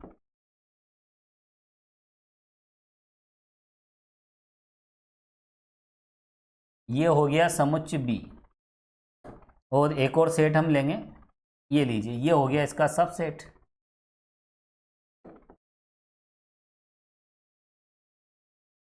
ये बाहर वाला सेट क्या है, देखो बी है, और अंदर वाला सेट क्या है, ए है। तो देखो समुच्चय ए, ये जो बी है ये किसको कंटेन कर रहा है, ए को कंटेन कर रहा है। ए के सारे एलिमेंट, ए वाला जो पोर्शन है वो बी का ही तो पोर्शन है, ये ए का समस्त पोर्शन किस में आ गया, देखो बी में आ गया। और ये जितने भी सेट हैं उनका टोटल पोर्शन तो यू में तो आना ही है, ये तो यू होता है, ये तो कॉमन सी बात है ना, इसमें तो कोई कन्फ्यूजन नहीं होना। और वैसे मैं यू नहीं भी लिखूं तो ये कॉमन सी बात है, ये जो रेक्टेंगल है ये क्या होता है, यूनिवर्सल सेट होता है। तो यहाँ पर देखो इस तरह से हम समुच्चय और उसके उपसमुच्चय को वेन आरेख से दर्शाते हैं। अब यहाँ पर देखो कुछ इंपॉर्टेंट बातें हम लिखेंगे। देखो सबसे पहली बात, यदि ए बी का उपसमुच्चय है तो क्या होगा, उसके कुछ इंपॉर्टेंट रिजल्ट्स मैं बताऊंगा आपको। देखो यदि A is a subset of B, A क्या है, बी का उपसमुच्चय है, तो ऐसी कंडीशन में देखो पहला रिजल्ट, सबसे पहला रिजल्ट हम देखेंगे, और उसके बाद दूसरा रिजल्ट भी हमें देखना है, और एक तीसरा रिजल्ट भी हमें देखना है। तीन रिजल्ट यहाँ पर हम देखेंगे। और ये बहुत इम्पोर्टेंट रिजल्ट भी है और कॉम्पिटिटिव एग्जाम में पूछे भी गए हैं। देखो ए बी का उपसमुच्चय है तो उसका वेन डायग्राम ये रहा। अब ऐसी कंडीशन में ए को अगर हम बी के साथ यूनियन लेते हैं, ए और बी मिलकर क्या बनाते हैं, देखो ए के एलिमेंट ले लीजिए, है ना, ए के सभी ले लीजिए और बी के सभी एलिमेंट ले लीजिए, तो हमें क्या मिलेगा, हमें यहाँ पर बी मिलेगा। और अगर ए और बी का कॉमन ले लिया जाए, देखो ए और बी में कॉमन पोर्शन किसका निकलेगा, ए का, तो ए इंटरसेक्शन बी क्या हो जाता है, ए के इक्वल हो जाता है। और देखो अगर हम ए में से बी को हम सब्ट्रैक्ट कर देते हैं तो क्या मिलेगा, अगर ए बी का उपसमुच्चय है तो ए में से बी को अगर हम हटा दें, ए माइनस बी को हम परिभाषित कर रहे हैं यहाँ पर, ए माइनस बी फाइंड करना है, समुच्चय ए में से समुच्चय बी के अवयवों को हटाया जा रहा है और समुच्चय ए में से समुच्चय बी के अवयव हटा दिए जाएं तो क्या बचेगा, कुछ भी नहीं बचेगा। अरे समुच्चय ए में जो कुछ है वो सब बी का ही तो है। यहाँ डेफिनेशन देखो, ए के सभी अवयव तो बी में हैं और समुच्चय ए में से अगर बी के अवयवों को ही हटा दें, रिमूव कर दें, तो हमारे पास टाई टाई फिश, कुछ नहीं बचेगा। और जब कुछ नहीं बचेगा तो वो हो जाएगा 5। तो देखो ए बी का उपसमुच्चय है, तो ये 3 रिजल्ट आपको डायरेक्ट ध्यान रखने हैं और इनको हम इस वेन डायग्राम की सहायता से आसानी से याद रख सकते हैं। ये काफ़ी दूर चला गया देखो वेन डायग्राम, इसको हम पास में ले लेते हैं ताकि आपको और आसानी से यह याद रह सके। इधर आ जा भैया, ये लो। तो वेन डायग्राम के आधार पर ये 3 रिजल्ट आपको ध्यान रखने हैं। और यहाँ डायग्राम देखो, ए और बी को मिलाओगे बी बनेगा, ए बी में कॉमन ए है और ए में से बी को हटा दें तो क्या बचेगा, 5 बचेगा। ये 3 रिजल्ट आपको ध्यान रखने हैं। अब देखो हम यहाँ पर उपसमुच्चय बनाते हैं तो इनकी संख्या क्या होगी, तो वो एक नया टॉपिक रहेगा। हेडिंग डालें उपसमुच्चयों की संख्या, नंबर ऑफ सबसेट्स, उपसमुच्चयों की संख्या।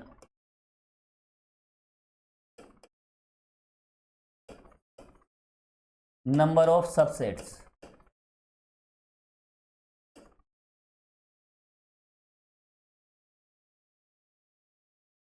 ये हमारा टारगेट है। देखो यहां पर सबसे पहले हम देखेंगे एक सेट, जैसे हमने ये सेट ले लिया, देखो इधर एक सेट हमने ले लिया 1 2 और 3। कितने एलिमेंट हैं इसमें, इसमें 3 एलिमेंट है। चलो XYZ ले लेते हैं, ये वाला तो कई बार ले लिया हमने, या ABC ले लेते हैं। देखो इस समुच्चय में कितने अवयव हैं, 3 अवयव हैं। इसकी कोटि कितनी है, 3 है ना, जिसे हम ऑर्डर भी कहते हैं। देखो यहाँ पर कार्डिनलिटी भी कहते हैं, है ना, एक वर्ड होता है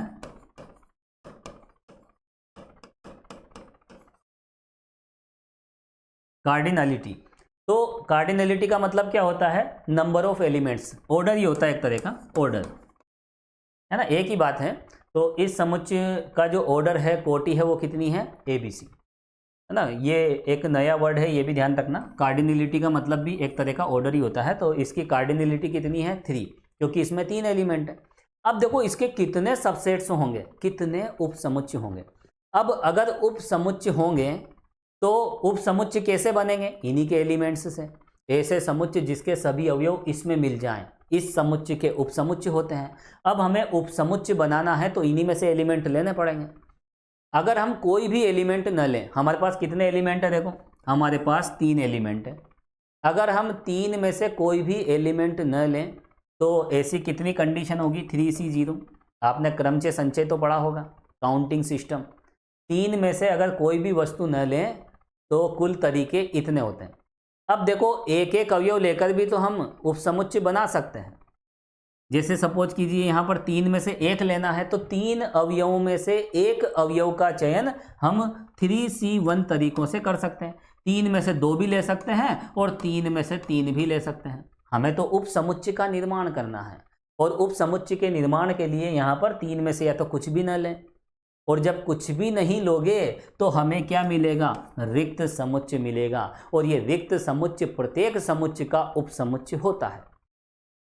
3C1 देखो, तीन में से अगर एक अवयव ले लेते हैं तो या तो A बनेगा या B बनेगा या C बनेगा। अगर तीन में से दो अवयव ले लिए जाएं तो देखो या तो AB ले लो या BC ले लो या फिर AC ले लो। और अगर तीन में से तीनों ले लिए जाएं तो ये हमें क्या मिलेगा, वापस समुच्चय A मिल जाएगा। समुच्चय A का मतलब ABC, क्या मिल जाएगा, ABC। और ये क्या है, समुच्चय A है। तो देखो अगर सारे के सारे एलिमेंट ले लिए जाएं तो भी हमें उपसमुच्चय मिलेगा। हम कह सकते हैं कि प्रत्येक समुच्चय स्वयं का उपसमुच्चय होता है और फाई प्रत्येक अवयव का उपसमुच्चय, प्रत्येक समुच्चय का उपसमुच्चय होता है। Phi is a subset of every set, phi is a subset of every set, और every set is a subset to itself. स्वयं का क्या होता है, वह उपसमुच्चय होता है। तो देखो काउंट कीजिए कितना हो गए, 1 2 3 4 5 6 7 8। और इन सबको आप काउंट करके देखिए तो हमें क्या मिलेगा। देखो 3C0 कितना होता है, 1, और 3C1 कितना होता है, और 3C2 ये लीजिए, तो टोटल कितना आ रहे हैं, देखो ये 8 आ रहे हैं, है ना। अब ये इसकी वैल्यू क्या होती है, जब हम क्रमचय संचय पढ़ेंगे तो वहाँ भी हम इस पर डिटेल में डिस्कस करेंगे। अब देखो यहाँ पर फॉर्मूला कैसे बनाएं, फॉर्मूला क्या कहता है, देखो ये 3C0 और 3C3 ये होता है, देखो 2 की पावर 3। ये बाइनोमियल थ्योरम आपने देखी होगी, एक द्विपद प्रमेय आपने देखी होगी। जैसे सपोज कीजिए किसी समुच्चय में कितने अवयव हैं, n एलिमेंट्स, n अवयव हैं। अगर n अवयव हैं तो देखो उनमें से हम कुछ भी न लें तो क्या मिलेगा हमें, NC0। अगर एक एक अवयव लेकर हम उपसमुच्चय बनाएं तो टोटल तरीके NC1। n में से हम 2 ले सकते हैं, 2 अवयव लेके भी उपसमुच्चय बनेंगे, 3 अवयव लेके भी उपसमुच्चय बनेंगे। और अगर उन n में से सभी ले लिए जाएं तो हमें NCn अवयव है ना, NCn उपसमुच्चय मिलेंगे। तो एक अवयव लेकर कुछ भी न लेकर ये बनेंगे, एक अवयव लेकर इतने उपसमुच्चय, 2 अवयव लेने पर इतने उपसमुच्चय, और सबके सब अवयव ले लिए जाएं तो इतने उपसमुच्चय बनेंगे। अब अगर हम इन सबको काउंट करें तो इसकी वैल्यू होती है 2 की पावर n। रटना नहीं है, समझना है, क्योंकि ये बाइनोमियल थ्योरम का एक स्टैंडर्ड रिजल्ट है। इसको इसके बराबर प्रूफ कर दिया जाता है और कोई नई बात नहीं है। देखो इसको मैं प्रूफ कर भी सकता हूँ, लेकिन हमें ज़्यादा टाइम खराब नहीं करना है। ये रिजल्ट आपको डायरेक्ट ध्यान रखना है। तो 2 की पावर n किसके इक्वल होता है, इसके इक्वल। जहाँ पर कोई भी अवयव न लेकर उपसमुच्चय बना दिए हैं, एक अवयव लेकर, 2 अवयव लेकर, 3 अवयव लेकर और सभी अवयव लेकर। अब हमने कोई भी केस नहीं छोड़ा, यहाँ पे हर प्रकार का केस यहाँ पर हमने ले लिया है। तो देखो यहाँ पर इस तरह से उपसमुच्चयों की संख्या कितनी होती है, 2 की पावर n। यहाँ 3 एलिमेंट थे तो 3C0 से 3C3 तक जाएंगे, और 3C4 तो होता भी नहीं। अरे 3 अवयवों में से 4 अवयवों का सिलेक्शन कैसे किया जा सकता है। थाली में 3 लड्डू थे, मैंने तो 5 लड्डू खा लिए, ये कौन सी बात नहीं है ना, ये कोई मीनिंगफुल बात नहीं है, ये मीनिंगलेस है। तो यहाँ पर देखिए उपसमुच्चयों की संख्या हम इस तरह से निकालते हैं। ये एक एग्जाम्पल मैंने आपको बता दिया है। अब इसी बात को हम डायरेक्ट लिखेंगे, इसको तो मैं हटा देता हूं। लिखिए आप, यदि किसी समुच्चय में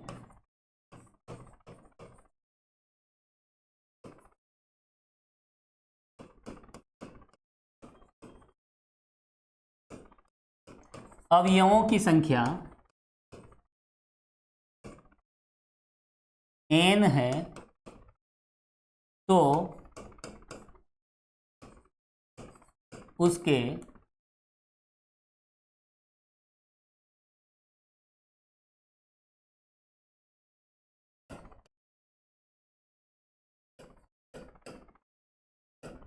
उपसमुच्चयों की कुल संख्या, है ना, सभी उपसमुच्चयों की संख्या या उपसमुच्चयों की कुल संख्या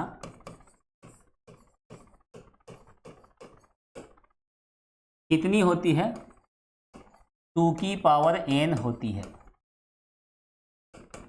और क्यों होती है, देखो अगर समुच्चय में n एलिमेंट हैं तो कोई भी अवयव न लेकर इतने उपसमुच्चय बनेंगे, एक अवयव लेकर कितने बनेंगे, इतने बनेंगे।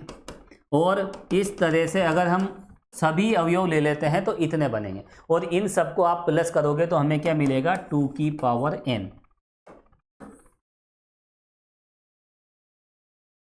ठीक है, तो इसको देखो रटना नहीं है, समझा दिया है मैंने। 2 की पावर n होते हैं। अब देखो यहाँ पर एक बात और ध्यान रखनी है, कई बार ये प्रश्न पूछ लिया जाता है।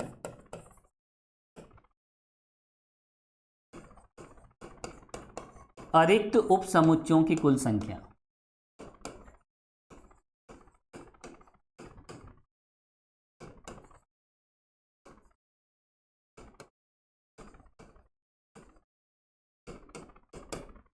देखो जितने भी उपसमुच्चय बनते हैं, कितने बनते हैं टोटल, 2 की पावर n बनते हैं। इस 2 की पावर n में, है ना, इसको मैं हाईलाइट कर देता हूं।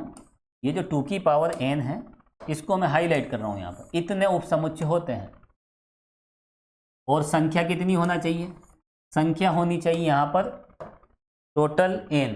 अगर n अवयव हैं तो उपसमुच्चयों की संख्या 2 की पावर n होती है। अब इस 2 की पावर n में 2nc0 भी आ जाता है देखो, और nc0 का मान एक ही होता है, यानी कोई भी अवयव न लें तो हमें एक ही कंडीशन मिलेगी, एक ही उपसमुच्चय मिलेगा, और वो है रिक्त समुच्चय फाई। क्या मिलता है, फाई। तो यहाँ पर एक ही रिक्त समुच्चय होता है। इस 2 की पावर n में सभी उपसमुच्चय आ जाते हैं जिसमें फाई भी इंक्लूड होता है। और फाई क्या होता है, फाई होता है वॉइड सेट, है ना, रिक्त समुच्चय होता है। तो यहाँ पर देखो अगर एक रिक्त समुच्चय हटा दिया जाए तो जो भी बचेगा वो सब क्या है, वो सब यहाँ पर अरिक्त समुच्चय होंगे, नॉन वॉइड सेट होंगे। तो यहाँ पर देखो 2 की पावर n-1, ये बात आपको ध्यान रखनी है। कई बार जल्दबाजी में स्टूडेंट्स क्या करते हैं, देखो 2 की पावर n लिख देते हैं। तो देखो टोटल नंबर ऑफ सबसेट्स की बात कही जाए तो 2 की पावर n, और total number of non void subsets, non void अरिक्त उपसमुच्चयों की संख्या की बात कही जाए तो एक कम कर दीजिए, क्योंकि यहाँ हम फाई को हटा देंगे, क्योंकि हमें यहाँ पर अरिक्त उपसमुच्चयों की बात कही गई है, नॉन वॉइड सबसेट्स की बात कही गई है। तो नॉन वॉइड की बात आ जाती है अरिक्त की, तो एक कम कर देना, अदरवाइज यहाँ पर 2 की पावर n। देखो इसका एक एग्जाम्पल मैं आपको बताता हूं, लिखिए आप एग्जाम्पल।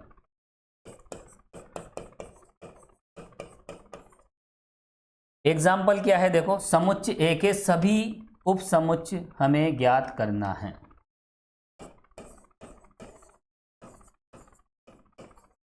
समुच्चय A ले लेते हैं। अभी जो एग्जाम्पल मैंने आपको बताया था वही एग्जाम्पल मैं यहाँ पे लिख रहा हूँ। चलो XYZ ले लेते हैं। समुच्चय XYZ 3 एलिमेंट हैं के सभी उपसमुच्चय ज्ञात कीजिए।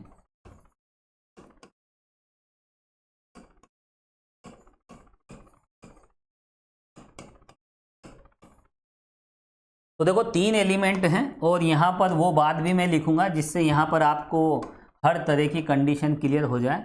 सबसे पहले देखो 3 में से अगर हम कुछ भी न लें तो क्या मिलेगा, 3C1 वाला केस देखेंगे, फिर देखेंगे हम 3C2, है ना। 3C1 वाले कितने केस हैं, देखो इधर 3C1 से हमें मिलेंगे यहाँ पर एक, तो देखो 3 में से कोई भी अवयव न लें तो हमें क्या मिलेगा, कुछ भी नहीं मिलेगा। और इसको हम क्या दर्शाते हैं, हम फाई से दर्शाते हैं। तो लिख लीजिए आप, ये फाई के बराबर है। अब देखो इसके बाद हम यहाँ पर 3C2 वाले केस देखेंगे, 3C1 वाले केस देखेंगे। और 3C1 में हमें क्या मिलेगा,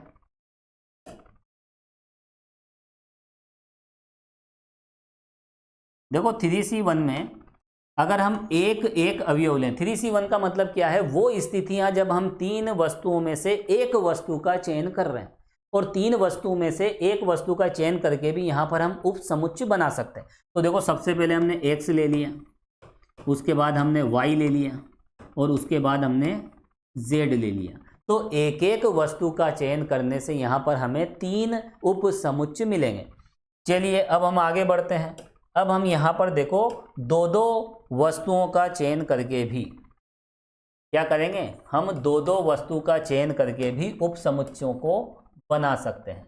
तो देखो दो दो वस्तु के चयन से क्या मिलेगा, अगर इन तीन में से दो दो एलिमेंट ले लिए जाएं तो देखो कितने उपसमुच्चय मिलेंगे हमें, एक्स वाई मिलेगा,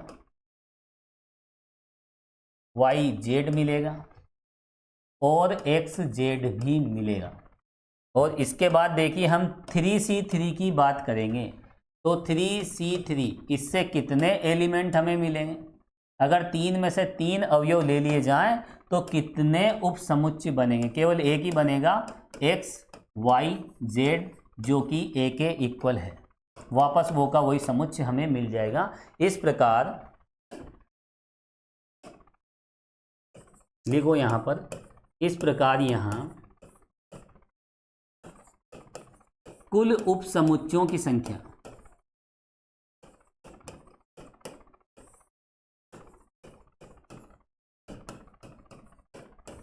बराबर कितनी होगी, 3C0, 3C1, 3C2 और 3C3।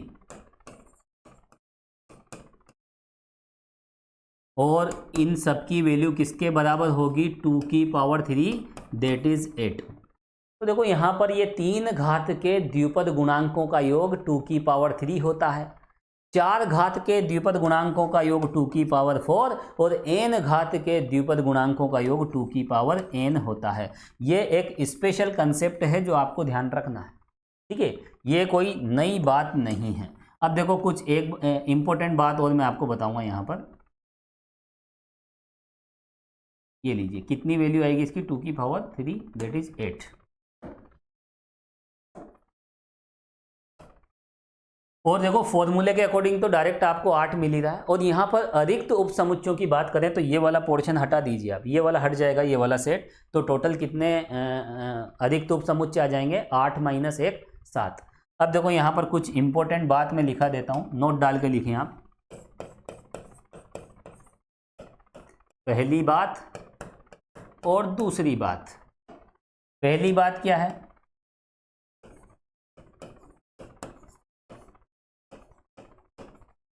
प्रत्येक समुच्चय,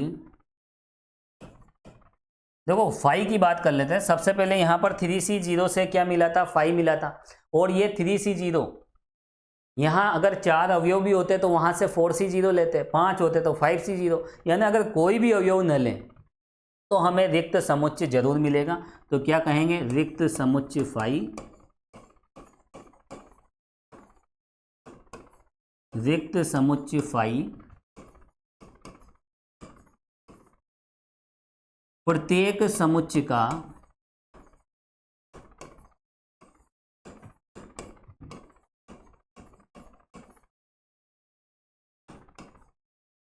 उपसमुच्चय होता है।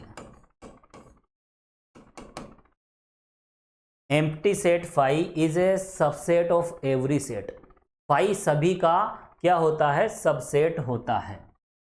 चलिए दूसरी बात, देखो यहां पर ये ए था, हम किसके उपसमुच्चय निकाल रहे थे, समुच्चय ए के उपसमुच्चय निकाल रहे थे, और वापस हमें वही समुच्चय मिल जाता है जब हम उपसमुच्चय ज्ञात करते हैं। तो यहां पर हम क्या कह सकते हैं कि प्रत्येक समुच्चय स्वयं का उपसमुच्चय होता है, प्रत्येक समुच्चय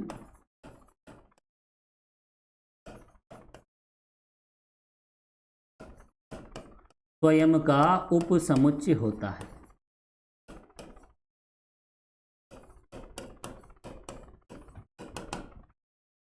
तो देखिए स्टूडेंट्स, यहाँ पर इस वीडियो लेक्चर में हमने उपसमुच्चय की डेफिनेशन को समझा, और इस वीडियो लेक्चर में हम इतना ही देखेंगे और इसके बाद आगे के कंसेप्ट देखेंगे नेक्स्ट वीडियो लेक्चर में। तब तक के लिए थैंक यू सो मच।